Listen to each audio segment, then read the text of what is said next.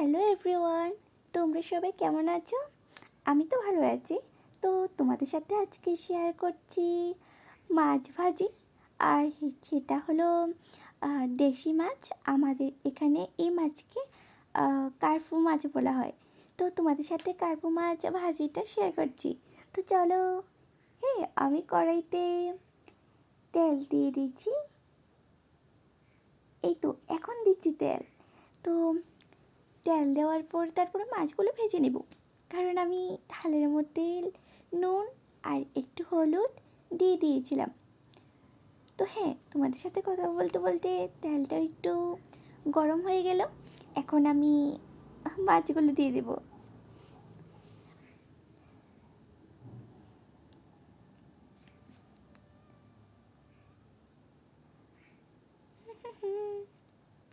তেলটা একটু গরম হোক, এটাই।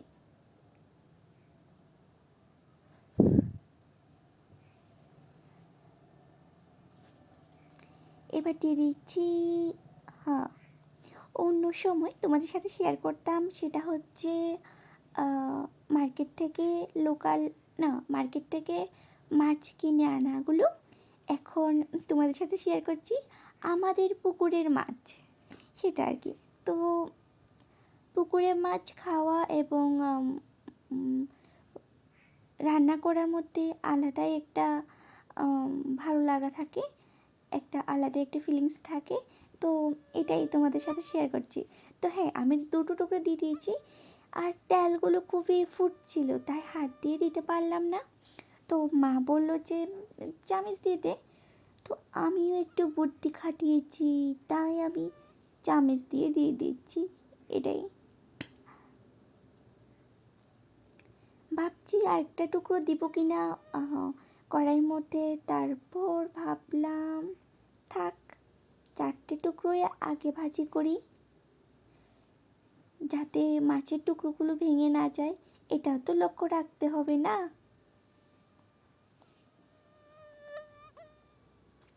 আমার সব থেকে কষ্ট হয় রান্না করার ক্ষেত্রে মাছ ভাজিটা, কারণ মাছ ভাজি করতে খুবই সমস্যা হয় যখন মাছের মধ্যে ধোয়ার সময় জল থেকে যায়। এতে তেলের মধ্যে মাছের টুকরোগুলো যখন দিই নুন হলুদ দিয়ে, তখন যদি মাছের মধ্যে জল থেকে যায়, তেলের মধ্যে যখন মাছের টুকরোগুলো দিই তখন খুব ফোটে এবং হাত পায়ের মধ্যে, মুখের মধ্যে তেলের ছিটকে এসে পড়ে, খুবই সমস্যার মধ্যে পড়তে হয়। তো হ্যাঁ, তোমাদের সাথে কথা বলতে বলতে আমি মাছ ভাজা প্রায় অর্ধেক হয়ে গেছে, এক সাইড থেকে অন্য সাইড করে দিচ্ছি। দেখতে পাচ্ছ, এটাই কিন্তু সমস্যা। এই মাছের পিসগুলো এক সাইড থেকে অন্য সাইডে করতেও সমস্যা।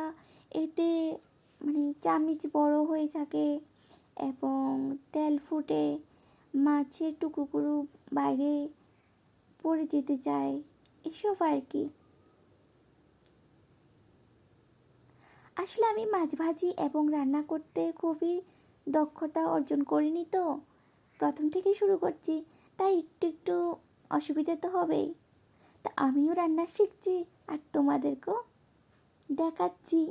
ও তোমরা তো রান্না করতে পারোই, তো তোমাদেরকে আর কি শেখাবো। তবে হ্যাঁ, আমার রান্না কীরকম হয়েছে এটা কিন্তু বলবে, এখনটাও বলবে মাছ ভাজি কীরকম হয়েছে এবং কীরকম ভালো দেখতে না মাছ ভাজিগুলো পুড়ে যায়।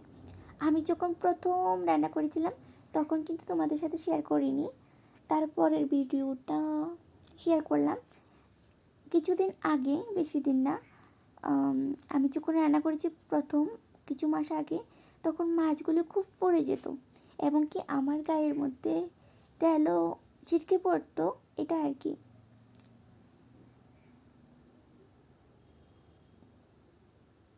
এখন আমি কিন্তু মাছ ভাজিতে খুবই ভালো না, বাট কিছুটা ভালো হয়ে গেছি।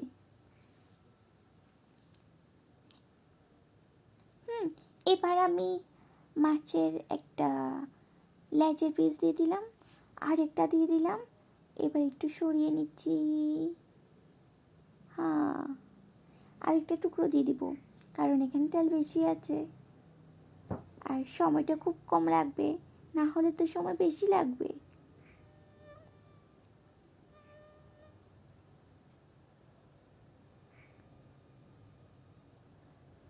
প্রচুর আগুন, প্রচুর গরম, আম, এর মধ্যে তেল ফুটছে। আর আর আর কি, এমনিতেও অসুবিধে আছে।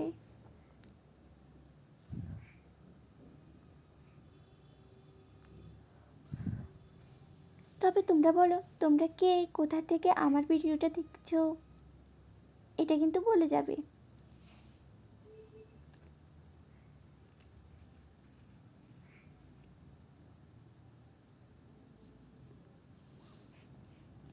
হ্যাঁ, এবার আমি লেজের পিস এক পিস এক সাইড থেকে অন্য সাইড করে নিলাম। তো 3টে পেজেই আমি এক সাইড থেকে অন্য সাইডে করে নিচ্ছি টুকরোই। হ্যাঁ, হয়ে গেছে। এই 3টে টুকরো মাছগুলো ভাজি হয়ে গেছে। এবার উঠিয়ে নিব।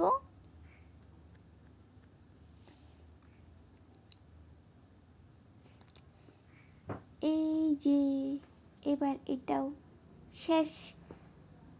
দুটো পার্টে হয়ে গেছে। আমি দুবার মাছের টুকরোগুলো দিয়ে দিলাম, আর দুবার হয়ে গেছে। এবার তৃতীয় বারটা।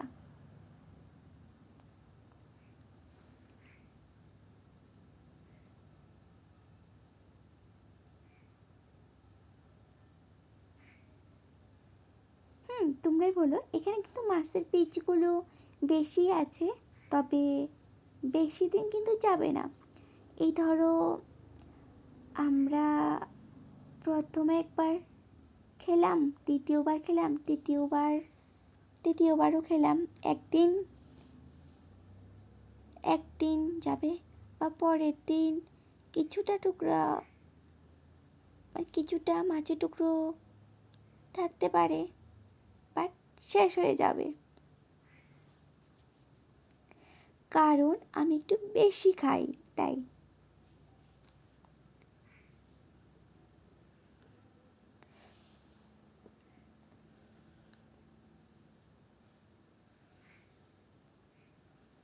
আচ্ছা, তোমরা কার কার মাছ ভাজি করার পর, তারপরে রান্না করার পরে মাছ ভাজি এক্সট্রা খেয়ে নাও, ভাজি খেতে পছন্দ করো, নাকি তোমরা রান্না করার পর তারপর সবজির মধ্যে ভাত দিয়ে, রুটি দিয়ে তারপর খাও? এটা কিন্তু বলবে। কেমন? আমার ভাজি কমপ্লিট। বাই। এই দেখো।